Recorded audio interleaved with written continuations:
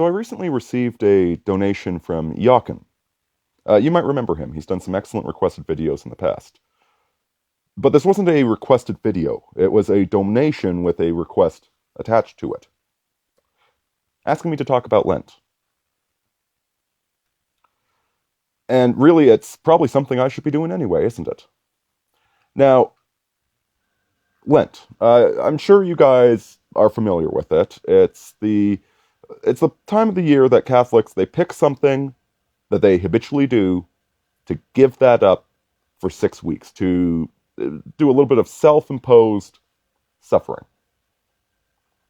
Now, I'm not going to get into the history of it or the why of it, well, partly because that's what your catechism is for. Just go read that. And second, if I tried to talk about it, I'm quite certain I would get something wrong and look like an absolute fool, and you might figure out what a bad Catholic I actually am.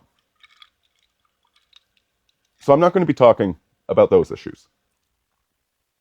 What I want to talk about is the psychology of it, why it's so useful, why it's such a good thing to do, and why it's a ritual that even if you're non-Catholic, atheist, um, Hindu, you might want to consider adopting. And for the record, I'm sure Hindus do actually have something a lot like this. Most human cultures have. Most human cultures have had this forced upon them just by nature, if nothing else.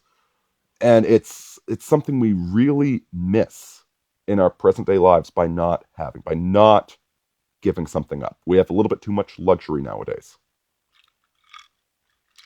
Now, it doesn't have to be something big. My brother-in-law gave up drinking for Lent.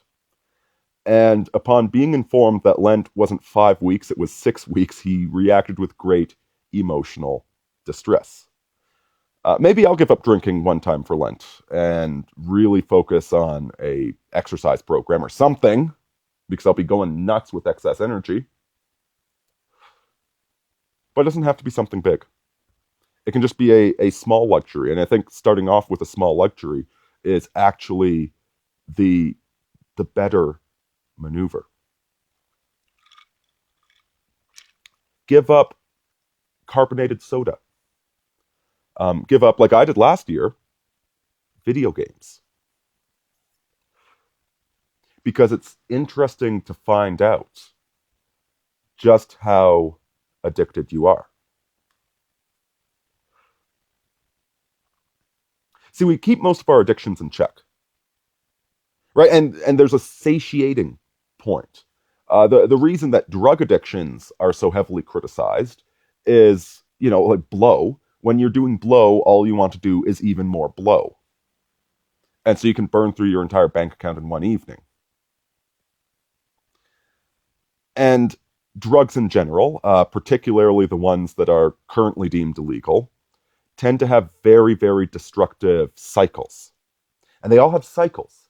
That's the thing. Serial killers have cycles. When the FBI is tracking a serial killer, there's going to be a cyclic pattern to what they're doing. They only kill every 5 weeks or 8 weeks or what have you. There's a predictable pattern to the rate of killings. And so with myself, let's take video games. I don't generally play that many video games. I I like video games. I could easily just piss away an entire evening playing Civilization or The Long Dark or Minecraft or what have you. But I hate myself the next day. So I try and keep the video games in check. I try and keep them as a bit of a reward. It's like, okay, I've accomplished something today, I get to play a video game. And so they're a small part of my life. The same way, I mean, I drink a fair bit, but for other people, my brother-in-law, for example, drinking probably isn't that much a part of his life. I don't know, maybe it is. I don't know him that well, but so you would think that giving up drinking, if you only drink socially, like you drink once a week and you only have 3 beers, it should be really easy to give up drinking. You'd think. But it isn't. When I gave up video games, I would constantly find myself turning on video games. And then I'd have to remind myself, no, no, you gave it up, put it down. And then like, okay, now what am I supposed to do with myself? What you find out is that these casual addictions, these addictions that you keep in check, are no less an addiction. And you start to really question, just how much control do I have over my life?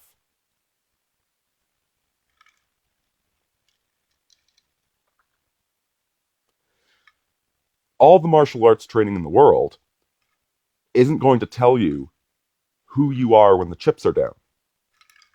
When things start going sideways, are you going to stand and fight, or are you going to cut and run?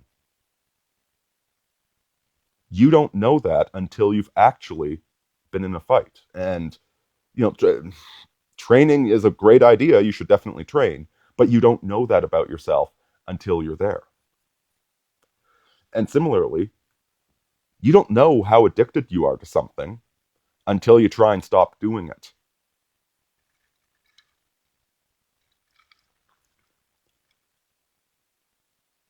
And giving up something like video games, or alcohol, or sugary soda,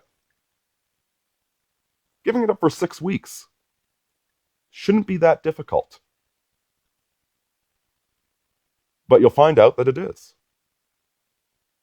You'll find out just how weak you are.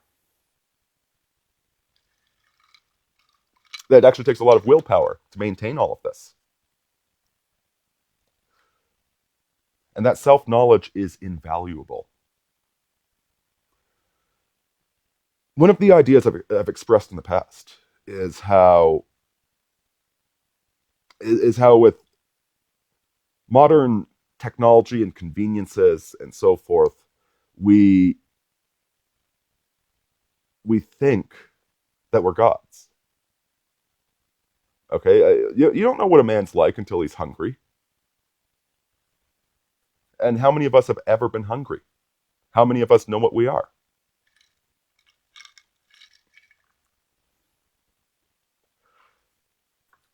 There's a really ugly sort of atheistic self-righteousness in the whole damn thing, where we dismiss our ancestors as being superstitious or credulous or what have you, when we've never experienced adversity ourselves. And so Lent, it's a little bit of that adversity to remind you of who you are and how hard it is for the spirit to overcome the body.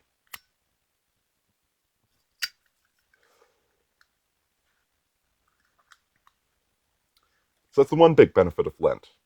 The other is it's mirror inverse. Because sometimes you develop a bad habit. And again, it could be alcohol, video games, sugary soda.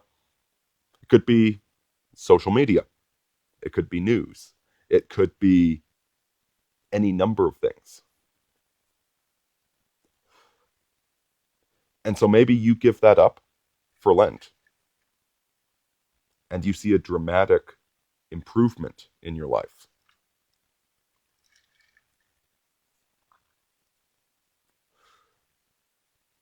And then you get rid of that vice, that thing that's been eating up so much of your time.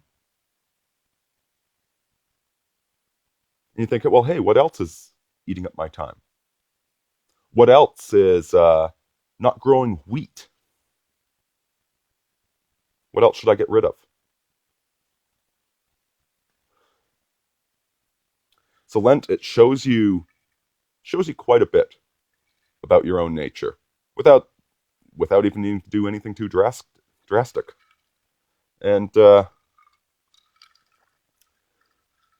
because it's such a radical and temporary imposition, and you're doing it in a social scene. You're doing it with others. So you're expected to adhere to what everybody else is doing. That strengthens you.